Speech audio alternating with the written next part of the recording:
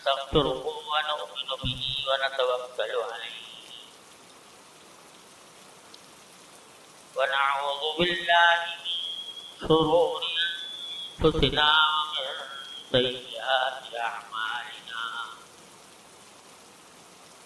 من يهده الله فلا مضل له ومن يضلل فلا هادي له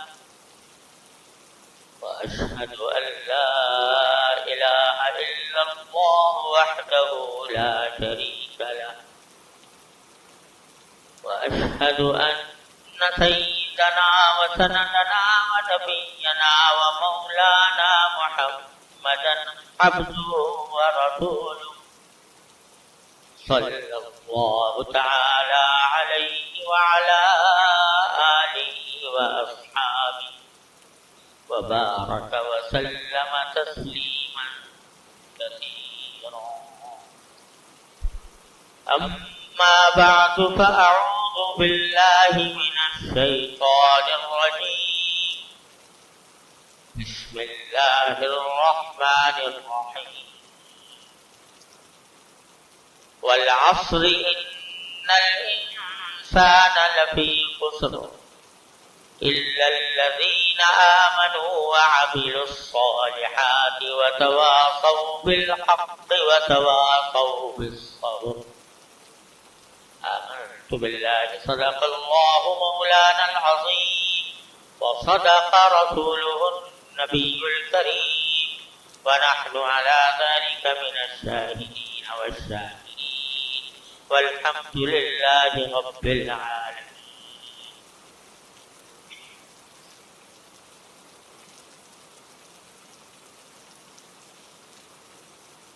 بزرگان محترم اور برادران عزیز، پچھلے 2 جمعوں میں حاضر نہیں ہو سکا. ایک میں سفر درپیش تھا اور دوسرے میں کچھ طبیعت ناساز. اس سے پہلے سورہ عصر کی تفسیر کا سلسلہ میں نے شروع کیا. اس کا کچھ تتمہ آج عرض کرنا ہے. اللہ تبارک و تعالی اپنی رضا کامل کے مطابق بیان کرنے کی اور اس پر عمل کرنے کی توفیق عطا فرمائے. سورت کا ترجمہ یاد دہانے کے لیے دوبارہ عرض کرتا ہوں. اللہ تبارک و تعالی فرماتے ہیں کہ زمانے کی قسم یا وقت کی قسم کہ تمام انسان بڑے سخت نقصان میں ہیں سوائے ان کے جو ایمان لائے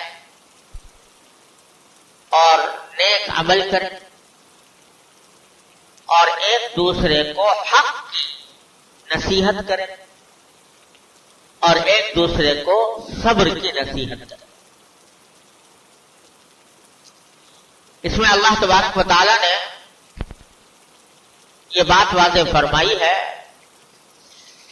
کہ اگر کوئی انسان خسارے سے نقصان سے بچنا چاہتا ہے تو اس کے لیے 4 باتیں ضروری ہیں اور یہ 4 باتیں اگر نہ ہوں تو انسان بڑے خسارے میں ہے. اس لیے کہ اس کی عمر کا ایک ایک لمحہ جو گزر رہا ہے اس کی عمل کی مہلت کو کم کر رہا ہے. تو گویا اس کا سرمایہ بہہ رہا ہے ہر حال، ہر لمحے، ہر لمحہ. اس نقصان سے بچنے کا واحد راستہ یہ ہے ان 4 باتوں پر عمل. وہ 4 باتیں کیا ہیں؟ ایمان، صبر کی نصیحت کرنا. یہ 4 باتیں ہیں جو انسان کو نقصان سے بچا سکتی. ایمان اور عمل صالح کے بارے میں پچھلے بیان میں میں نے تھوڑی سی بات عرض کی تھی. اللہ تبارک و تعالی ہمارے ایمان میں پختگی عطا فرمائے اور ویسا ہی ایمان عطا فرمائے جیسا اللہ تبارک و تعالی نے حضرات صحابہ کرام رضی اللہ تعالیٰ عنہ کو عطا فرمائے. بھی یہی ہے وہ شریعت کے مطابق اس کی امداد، اس کی معاشرت، اس کے اخلاق سب کچھ شریعت کے دائرے میں سامنے میں کھڑے ہوئے. عبادت کرے تو شریعت کے دائرے میں، کوئی تجارتی معاملہ کرے، روزے کمانے کا کوئی عمل کرے تو وہ شریعت کے دائرے میں کرے، حلال اختیار کرے، حرام سے بچے. معاشرت یعنی دوسرے لوگوں کے ساتھ اٹھنا بیٹھنا ملنا جلنا، یہ بھی جب اس کی نوبت آئے تو شریعت کے دائرے میں. اسی طرح اخلاق انسان کے شریعت کے مطابق ہو، وہ حسد نہ کرے، وہ تکبر نہ کرے، وہ ریاکاری نہ کرے، جو کام کرے اللہ کے لیے اخلاص کے ساتھ کرے، تواضع اختیار کرے وغیرہ وغیرہ. یہ اخلاق میں اس کی شریعت کے ساتھ بیٹھے. لیکن اس کے بعد دو چیزیں تو انسان کے اپنے عمل سے متعلق اللہ تعالیٰ نے بیان فرمائی. اس ایمان ہو یعنی اس کا عقیدہ صحیح ہو، عقیدہ درست ہو، توحید پر، نبی کریم صلی اللہ علیہ وسلم کی رسالت پر، آخرت پر ایمان رکھنے والا ہو اور ان تمام باتوں کو سچا سمجھتا ہو جو حضور نبی کریم صلی اللہ علیہ وسلم نے کرایا. یہ بھی انسان کے اپنے ذاتی عمل سے متعلق، عمل صالح نیک عمل یہ بھی انسان کے ذاتی عمل سے متعلق. آگے دو چیزیں جو ذکر فرمائی ہیں اس میں فرمایا کہ ایک دوسرے کو حق کی نصیحت کرنا، ایک دوسرے کو صبر کی نصیحت کرنا. اس میں پہلی بات تو قابل ذکر یہ ہے کہ اس آیت اس صورت نے یہ بات بتا دی کہ ایک مسلمان کے نجات پانے کے لیے صرف اتنا کافی نہیں ہے کہ وہ اپنے آپ کو درست کر لے، صرف اپنی عبادات، اپنے معاملات، اپنے اخلاق درست کر لیے صرف اتنا کافی نہیں، بلکہ اس کو دوسروں کو بھی درست کرنے کی کوشش انسان کے ذمہ فرض ہے. یعنی جب آپ نے کہہ دیا کہ ایمان لایا ایک آدمی نیک عمل کیا تو بات ختم ہو جانی چاہیے.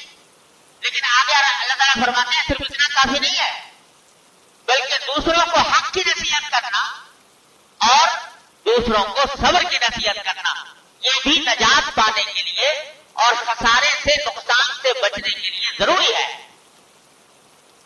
اگر ایک آدمی تنہا اپنی ذات پہ تو ٹھیک ٹھاک ہو کے رہ گیا، 5 وقت نمازیں پڑھتا ہے، صبح عمل میں جماعت میں حاضر رہتا ہے، قرآن کی تلاوت کرتا ہے، عبادات صحیح کرتا ہے، نماز روزہ حج زکات سب کچھ کرتا ہے، معاملات بھی حلال حرام کی تمیز کرتا ہے، اخلاق میں اچھے خاصے ہیں، لیکن اولاد جس راستے پر جا رہی ہے اس کی فکر نہیں، اولاد کو ٹھیک کرنے کا دھیان نہیں، اولاد کو کرنے کا کوئی اہتمام نہیں، تو ایسا شخص بھی تو بات صرف اپنے آپ کو درست کرنے کی نہیں ہے بلکہ جس کو دعوت دی جا سکتی ہو، جس ساری امتوں سے بہتر ہے. پہلی امت عیسیٰ علیہ السلام کی امت گزری، عیسیٰ علیہ السلام کی امتیں گزری ہے، لیکن اللہ فرماتے ہیں کہ امت سلام یہ ساری امتوں میں سب سے زیادہ بہتر امت ہے.